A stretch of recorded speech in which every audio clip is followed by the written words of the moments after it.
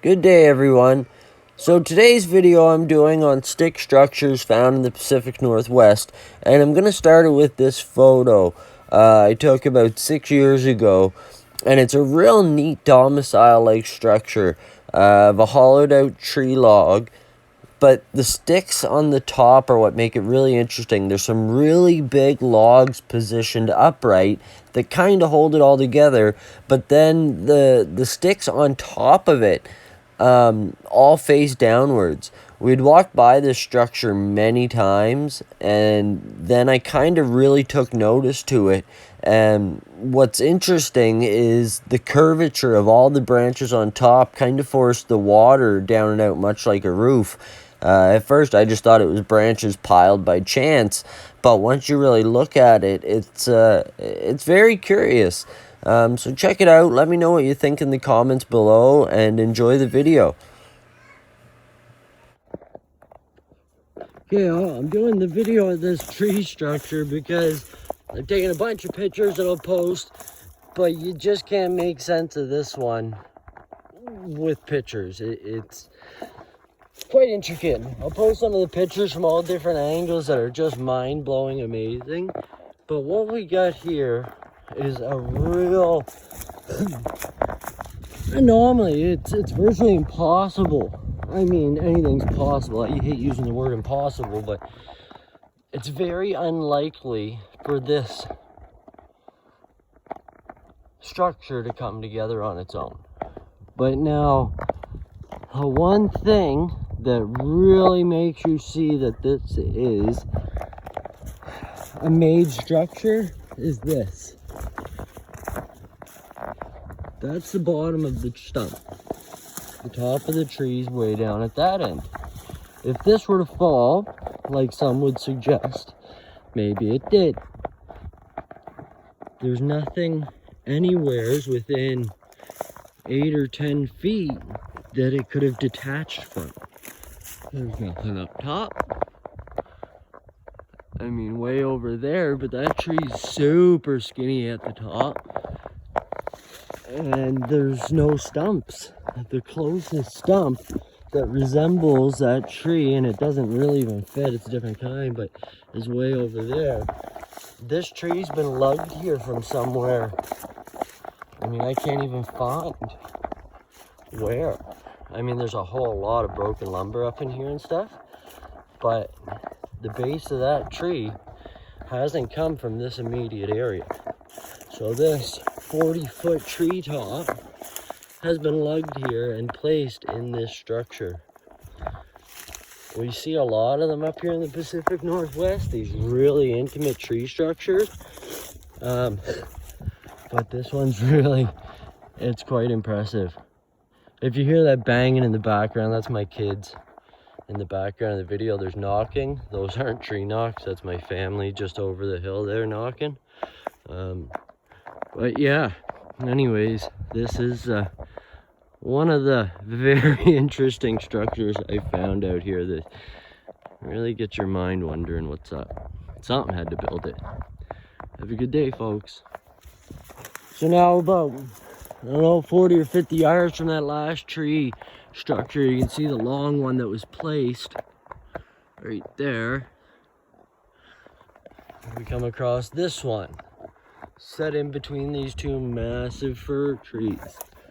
But again, I mean, it just first glance looks like a rotten log fell down between two trees, no big thing. There's a lot of trees here to work with, except there's no roots. This tree was picked up, carried here, and placed here.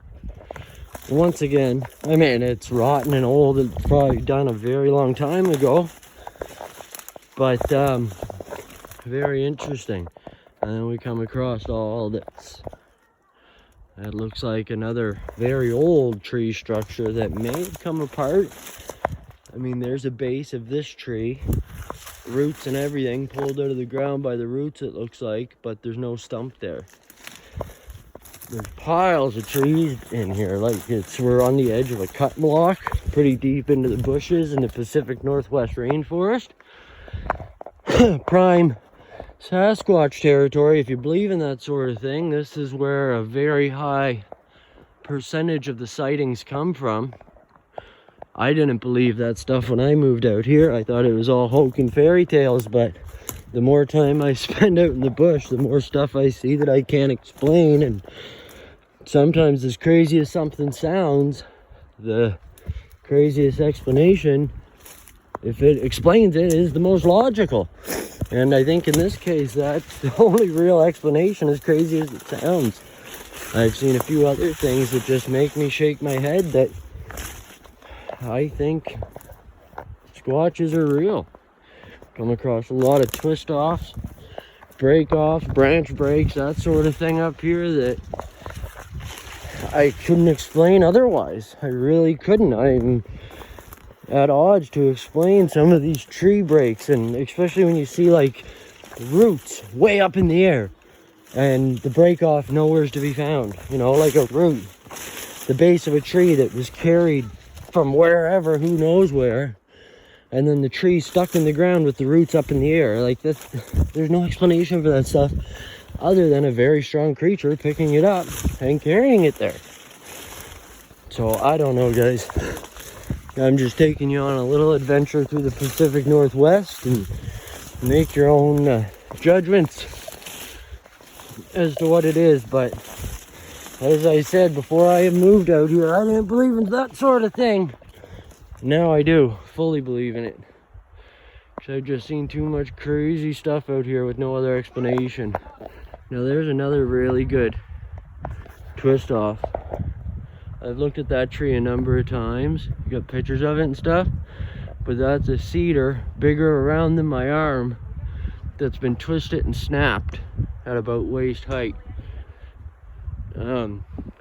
Yeah, super amazing. Like the amount of strength to do that is just amazing. Now I can see if another tree came down on top of it breaking it or something, but there's nothing there to say that's the reason. It's just broke, snapped, and left. Anyways, take care. God bless. Have a good day. Now, this is a really interesting tree structure that we found a couple years ago. It's along the creek, but it's one that I've always had interest in for a few reasons. At a quick glance, it looks like a pile of dead trees, but I'm trying to get the proper view here. It's just off of a trail, but now, once you get looking at it, you see that the sticks have been placed. You know, okay, well, maybe it was made by kids. Alright, some kids piled some sticks and that was it. Which was what I thought at first glance. Then I had found a print, and I thought, well, that's weird. But then I really got looking.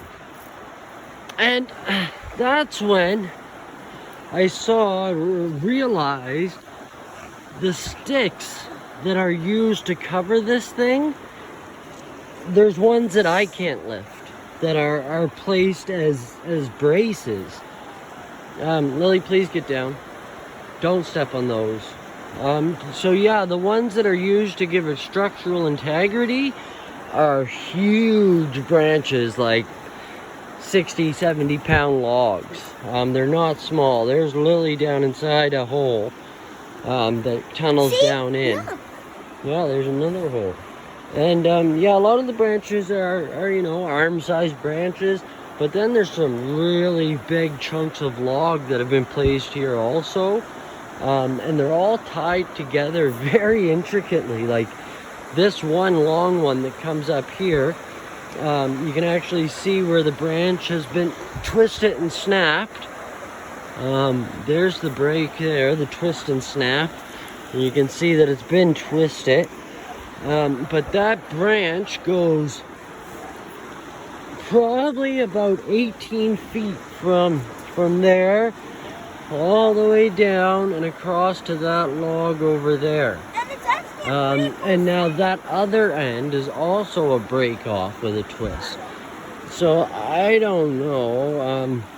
Comment below, guys. Like, I've got a lot more of these locations and some really interesting stuff. Like these logs here, they're each over 100 pounds, and they're tied in over it. Now if you were walking the trail, I mean, we're not far from civilization, but we're on a main waterway that goes really deep into the mountains. This waterway goes right to the interior of British Columbia, and once you go about 10 minutes up this trail, there's nothing for forever. You go straight to the Rocky Mountains through Squamish. And this river is a main salmon run. Now, when I first lived here, I worked at a salmon hatchery on this river, and I thought Sasquatch were fairy tales. And then I started hearing vocalizations and some real strange things I couldn't explain, but it was always in the fall when the salmon were running the river.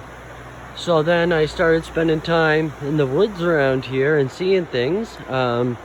I have some prints that I had found, and then these twist offs and tree structures. So it's super interesting. I'm going to keep posting a few more from this trail before my battery dies. And yeah, please comment below, guys. I'd really like to hear some input on it.